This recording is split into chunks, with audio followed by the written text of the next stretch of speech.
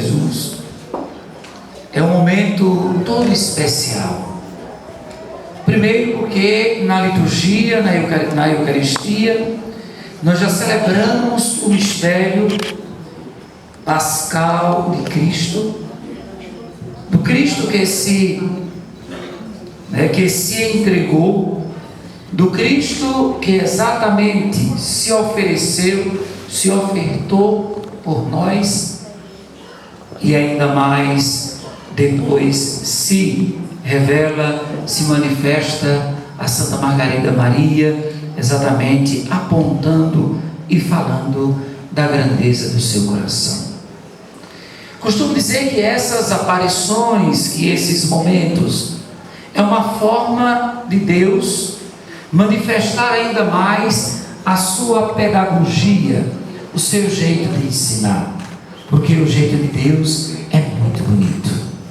Às vezes, quando o coração humano fica um pouco fechado, não consegue compreender, mas é belíssimo o jeito de Deus se manifestar. Ele confirma tudo aquilo que a gente conhece, que a gente acompanha por meio das Sagradas Escrituras. Ele vai confirmando no decorrer da história. Então, primeiro, na manifestação ou na aparição, Jesus mostra a Santa Margarida que o seu coração é um coração que está sempre flamejando, ou seja, um coração que está sempre aceso, um coração que jorra de amor por todos nós. Isso exatamente para dizer que o amor de Deus é um amor incomparável, O amor de Deus é um amor constante. Mesmo que o humano se distancie, se afaste, mesmo que o humano esfrie o seu coração, o coração de Jesus continua sempre pulsando, sempre flamejando e desejoso que nós o busquemos, que nós aqueçamos também o nosso coração a partir do seu coração. Isso traz para nós uma grande alegria, ou pelo menos deveríamos trazer, exatamente em percebermos que na nossa caminhada enquanto homens e mulheres, nas nossas dificuldades, nas nossas limitações, com os nossos momentos de altos e baixos, mas nós temos sempre esse Deus que nunca desiste de nós, que nunca deixa de nos amar. E esse Deus que no momento em que o homem está cada vez mais ficando com o coração endurecido, ele age de uma forma para tocar nos corações, para mexer exatamente com os nossos corações, porque ele não quer por nada nos perder, ele não quer que nenhum se perca, como é mesmo Deus no Evangelho segundo São João. E eu diria que para nós cristãos, nós deveremos sempre ficarmos atentos a essa manifestação de Deus, porque muitas vezes nós nos acostumamos com a nossa caminhada de fé. Nós às vezes vamos nos acostumando com aquilo que nós vamos vivendo. Nós às vezes criamos uma rotina na nossa vida de fé e meditamos pouco sobre isto. Às vezes escutamos a palavra de Deus, que não aquece o nosso coração, não deixamos que ela aqueça, porque escutamos meio distraídos.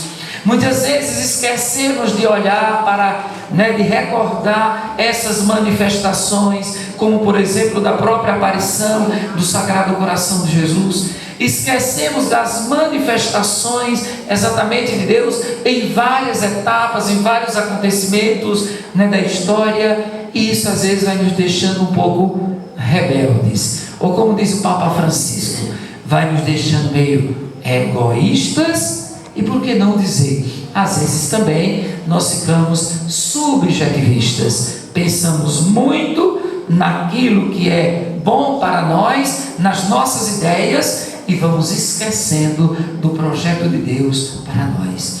Então, celebrar a festa do Sagrado Coração de Jesus é um momento para a gente cada vez mais tomar consciência disso, o Deus bondoso, compassivo, carinhoso, o Deus que tem esse coração sempre flamejante, esse coração que pulsa de amor por todos nós e que está aguardando a cada momento, ou nos aguardando para que no momento certo nós possamos nos voltar para Ele e Ele nos acolher, nos abraçar, nos aquecer e nos conduzir ao verdadeiro caminho. E nesse sentido nós vimos que na primeira leitura, que nós ouvimos hoje, da carta de São Paulo aos Efésios, Paulo exatamente vai dizer isto: olha, gente, antes nós estávamos mortos pelo pecado, não conhecíamos a Jesus. Depois que nós conhecemos a Jesus, nós agora nos tornamos novas pessoas, nós agora somos novas criaturas, nós agora temos uma vida nova e somos chamados a viver exatamente nessa fé, porque Deus, quando nos deu essa graça, e foi pela sua graça que nós fomos salvos, exatamente para nós nos mantermos sempre na sua presença, sem orgulho, porque é a fé quem salva, não são as obras, é por Jesus. Eu fico pensando, quando a gente olha, o que nós encontramos na carta de São Paulo, na carta, aliás, de São Tiago, ele diz: a fé sem obra é morta. São Paulo diz na primeira leitura: nós não somos salvos pelas obras, somos salvos pela fé. E como fica isso? Logicamente, somos salvos pela fé. É a fé em Jesus Cristo que nos traz a salvação, porque a fé não é uma ideia, porque a fé não é um conceito, porque a fé não é um sentimento. A fé é a experiência da graça de Deus em nós. A fé é o amor de Deus em nós, e esse amor de Deus que pulsa no nosso coração, ele nos impulsiona às obras, às atitudes que provém da própria fé. É impossível alguém ter fé e não praticar boas obras. E isso é muito interessante, quando a gente medita, porque caso contrário a gente iria ficar numa teoria, e a fé não é uma teoria. Quando nós olhamos para a vida dos santos, nos mais diversos santos, nós vamos perceber isto, como a fé fez Francisco de Assis exatamente assumir aquela loucura naquele estado de vida. Quando a fé fez, por exemplo, Inácio de Loyola, tomar aquela decisão de formar aquele exército de homens para anunciar o Evangelho nos 4 cantos do mundo.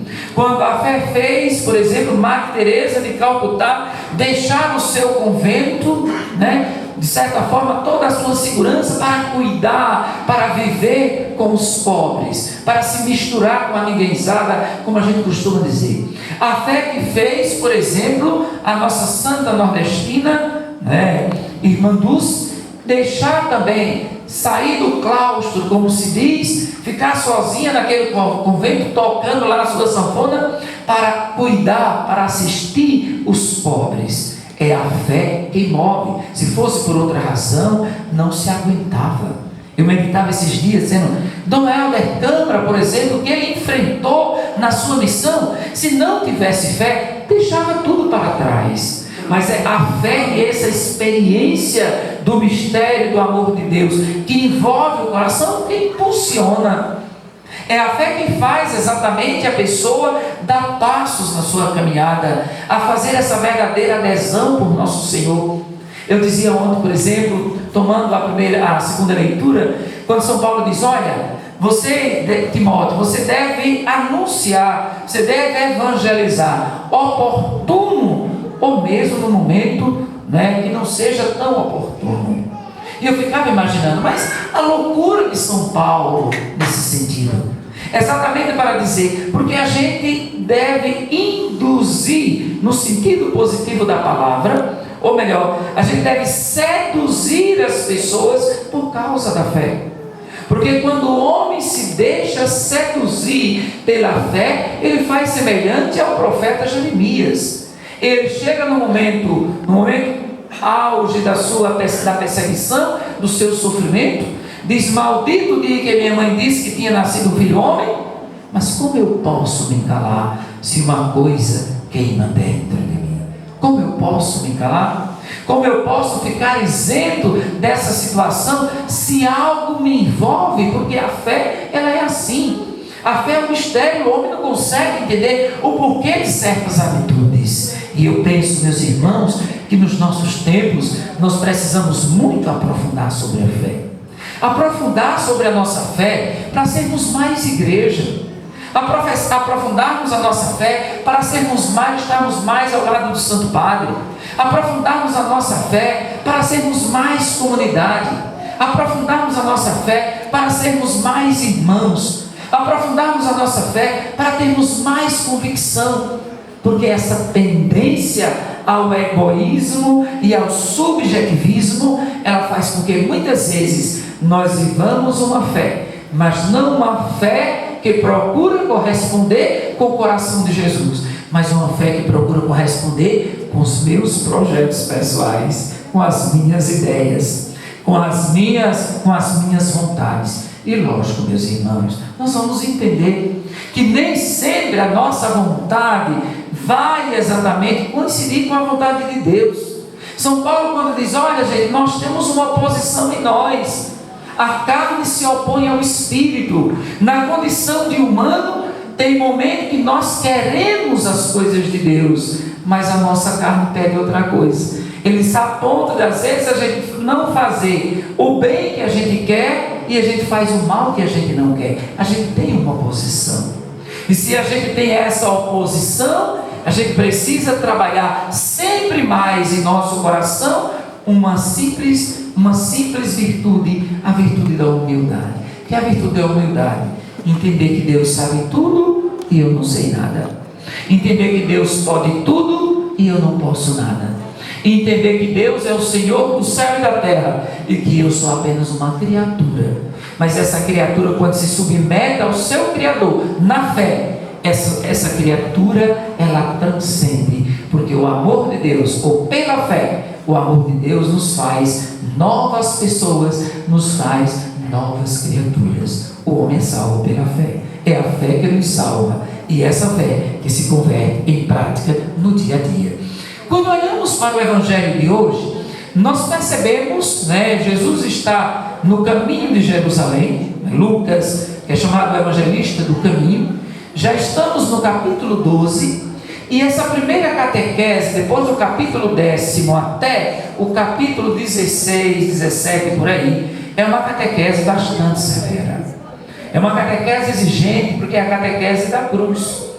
Enquanto do capítulo 5, capítulo 5 ao capítulo 9, a catequese que Jesus faz no Evangelho segundo São Lucas é uma catequese mais do encantamento, porque ele realiza os milagres e os apóstolos, eles ficam encantados. Ele conclui essa catequese no capítulo 9, quando ele se transfigura, mostrando a glória futura, a glória do céu. Ele começa uma catequese severa. Isso para com os discípulos, mas não só, também para toda a multidão. No caso de hoje, ele se dirige à multidão, se dirige a alguém que exatamente pede para que ele diga ao seu irmão que reparta a herança. Veja, parece, quando a gente olha para o Evangelho e faz uma leitura meio superficial, parece mais que nosso Senhor é aquele que reprova, é aquele que menospreza os bens materiais. E não é assim. É preciso a gente compreender. São Lucas fala muito da pobreza. Veja que nós encontramos no sermão da planície, quando ele diz: bem-aventurados os pobres, porque dele é o reino dos céus. Ai de vós ricos. Parece mais uma condenação, parece mais uma sentença, mas não é disso que a palavra de Deus está falando. Porque Jesus em nenhum momento condena os bens, e os bens são importantes para nós. Eu brinco dizendo lá em Quipapá, que é uma região de muitas montanhas, olha, como seria bom se a gente tivesse dinheiro. Eu mesmo já tinha comprado um helicóptero para a paróquia, você sabia? Porque é um negócio, uns montes, umas ladeiras, uns buracos, e tem hora que eu me penduro na volante do carro, que eu digo: segura, nosso Senhor, porque senão eu vou com tudo. Lógico, Se tivesse um helicóptero assim adaptado, para a gente chegar nas comunidades em 5 minutos, sem passar pelos buracos, sem passar pela... Isso era ótimo.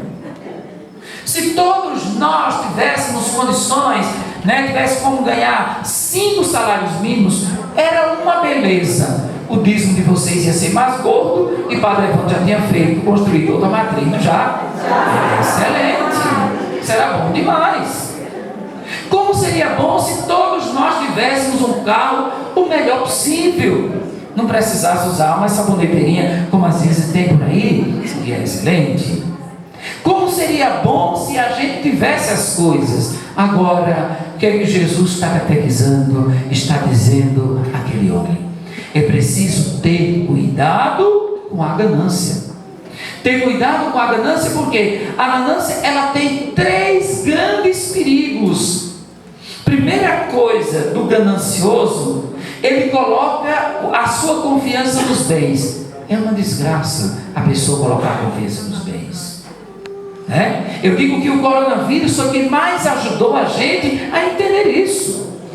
O coronavírus veio e disse: olha, aqui não tem quem tem plano de saúde, aqui não tem aquele que tem dinheiro para comprar remédio, aqui não tem nada, aqui tem gente, todo mundo teve que se cuidar, A gente com tanta vontade de viajar, uma viagem marcada lá para fazer os caminhos de São Paulo, tudo já está. Cadê poder viajar? Ele que ajudou a gente a entender que os bens não são importantes, mas os bens não são tudo na vida do homem. Então, quando o homem põe a confiança nas coisas, ele se ilude, porque ele é semelhante a um sopro. O homem é um ser tão fragilizado que ele não aguenta uma emoção forte no coração. Pum, no instantezinho vai para debaixo do chão. E o mais interessante é que 48 horas depois já está fedendo mais do que tudo, O bicho que mais fede é a gente. Acredito que vocês já devem ter acompanhado. É um grande perigo confiar nas coisas, colocar sua confiança nas coisas.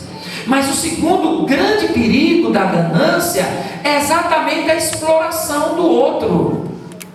Porque quando a pessoa é gananciosa, ela não olha para as outras pessoas, ela não olha para a fraqueza do outro, ela não olha para a miséria do outro, ela não olha para a necessidade do outro. Faz sempre porque se eu puder tirar um pouquinho do outro, eu vou tirar para aumentar o meu, Porque ele diz assim: olha, eu estou achando que as coisas estão ruins, então o meu funcionário ganha um salário mínimo. Ai, que papai tem muito isso, O que é que eu faço? Eu tiro 500 reais do salário dele, só pago 700 porque o tempo está ruim. Então eu tiro 500 que ele teria direito para ter os 1.200 e pouco, e eu pago a ele 700 porque o tempo está ruim. É melhor ele ter 700 do que não ter nada, para aumentar a minha fazenda, para aumentar o meu negócio. Veja que tristeza.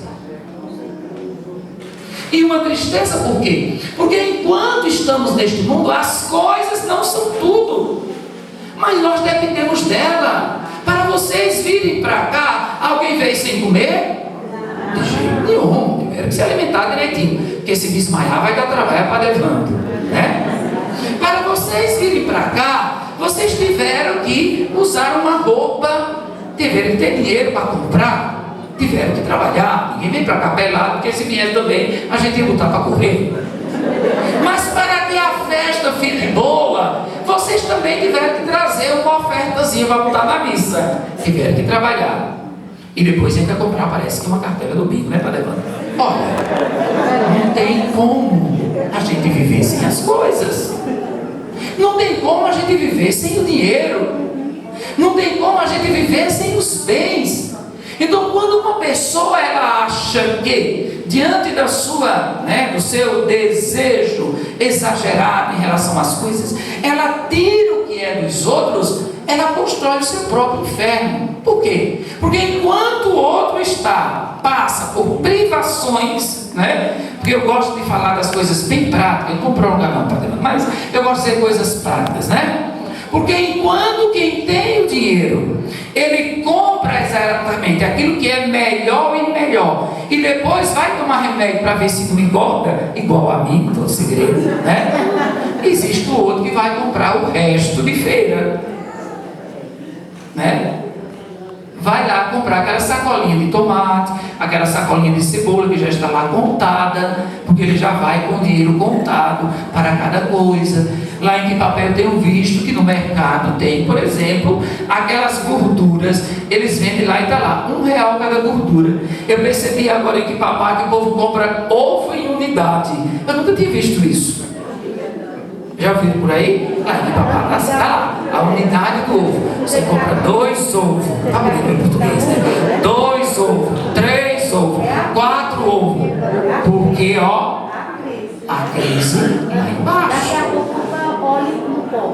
Pois é, a gente só não compra porque não tem.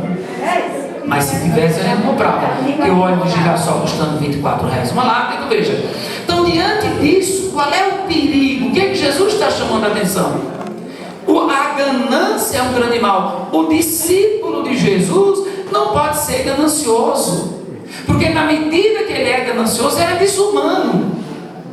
Ele não olha para o bem dos outros, ele não pensa na felicidade do outro, ele não pensa sequer naquilo que é essencial na vida da outra pessoa. Aí Jesus conta a parábola, isso que eu acho mais bonito. Aquele homem chegou, tinha lá um celeiro, né? Tinha aquele monte de coisa, e diz: olha, agora pronto, eu já sei que eu estou tranquilo, tenho coisa para muitos anos, posso agora descansar, comer e beber. Quando amanhece no outro dia, amanhece com a perna dura na casa de São Pedro. Tá, você viu?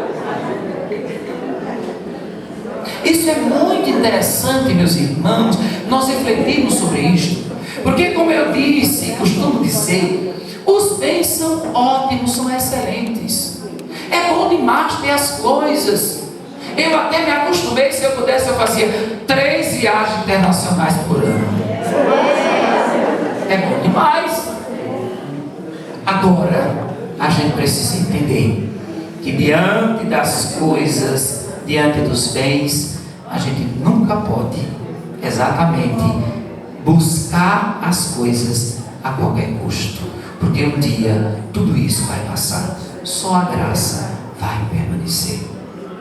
Um dia tudo isso vai desaparecer, vai ter momento que nós não vamos precisar dessas coisas, né? Eu costumo dizer, dar um exemplo lá em Papá, tinha, por exemplo, lá os seus usineiros, meu Deus, exploraram tanto. Vocês sabem que há 30 anos atrás, na região de usina, tinha lá o barracão, né? Tinha lá o barracão, onde o empleiteiro tinha o barracão, aí o trabalhador ia lá, comprava o mês todinho, quando terminava, o mês pagava, e já ficava com fome, tinha que comprar lá de novo. Exploraram tanto, e pintaram e bordaram. De repente, se acaba o mais velho, fica os mais novos, o pobrezinho foi levado para ser velado lá em Que Papá, no caixão daquele mais fraco que tem, da funerária mais pobre, que se carregasse no braço, poderia cair no caminho. Foi cremado. Quer dizer, só um pouquinho de cinza foi jogado por aí. Passou tudo, porque neste mundo nada se eterniza. Por isso, cuidado com a ganância.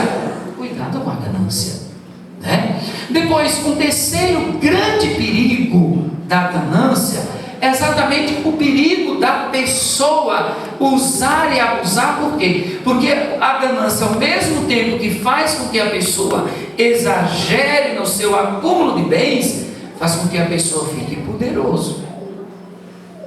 As pessoas que têm as coisas, elas são poderosas, elas mandam, né?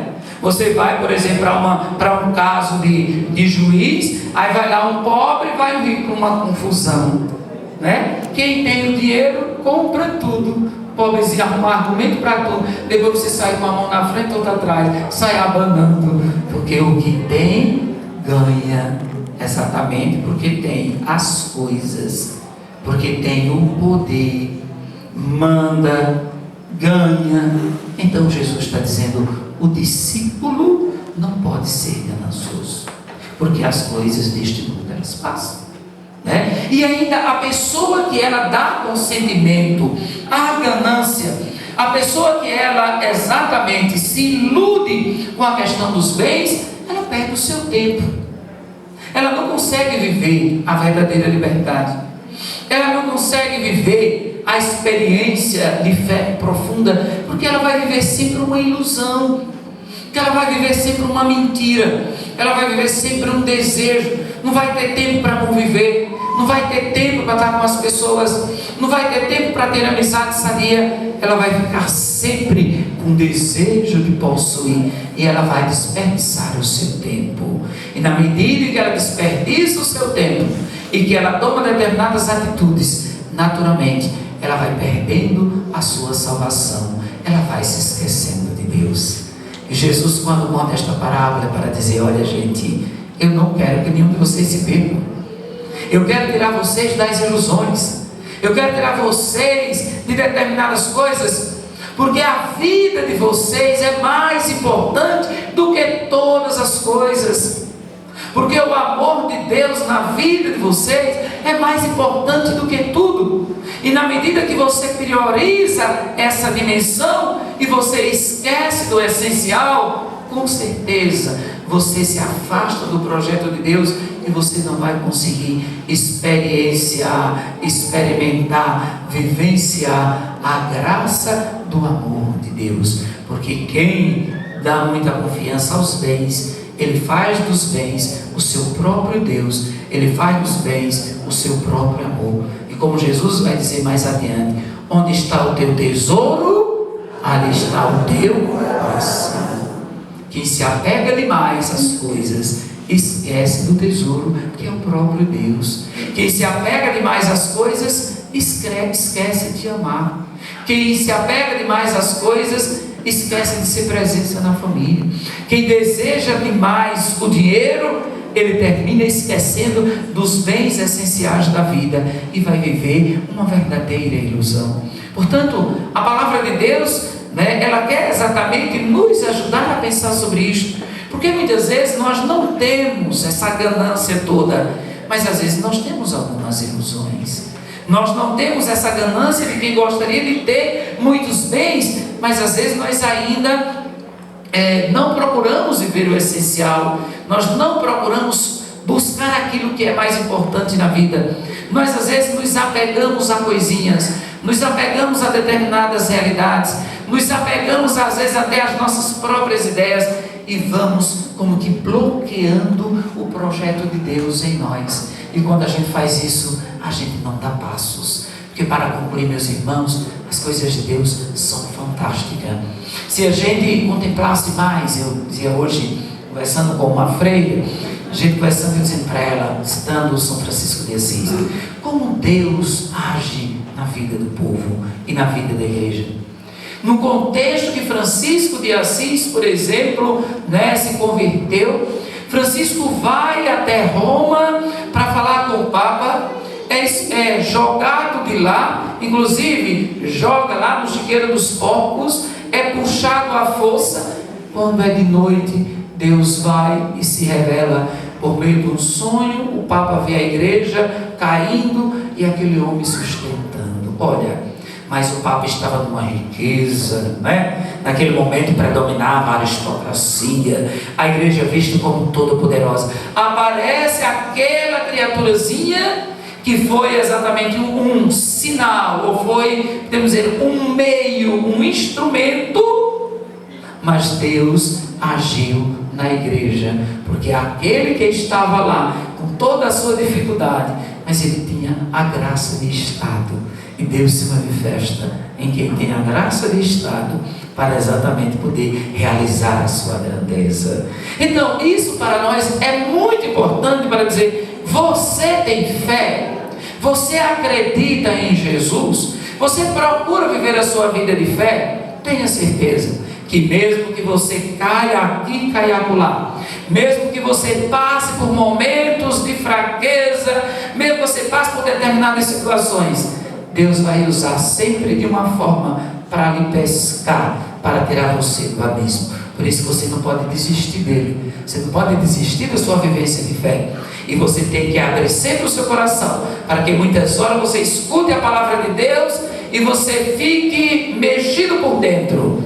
Mas deixe que o que mexe por dentro hoje deixe você inquieto, inquieto, amanhã ele vai exatamente causar uma transformação no seu coração, porque Deus age assim na vida da gente, porque as coisas de Deus são misteriosas e nós precisamos ter sempre essa solicitude para com a graça de Deus. Portanto, vamos pedir a Ele neste dia, né? Vamos pedir a Jesus, aquele mesmo que se manifestou a Santa Margarida Maria, que Ele também a cada dia se manifeste a nós, que Ele nos ajude sempre a ter um coração parecido com o dele, que o fogo que flameja, que faz com que essa chama esteja sempre acesa, sempre ardente, que Ele também aqueça o nosso coração, para que nós possamos sempre nos mover na sua direção, para que nós tenhamos sempre a disposição de escutá-lo, para que nós tenhamos sempre o desejo de anunciá-lo,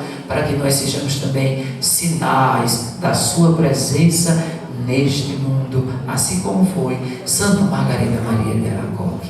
E que o Senhor nos dê sempre a graça de, movidos pela ação do Espírito, termos sempre sabedoria no uso, nos bens, no uso das coisas, para não permitirmos que eles se apoderem do nosso coração. Louvado seja nosso Senhor Jesus Cristo.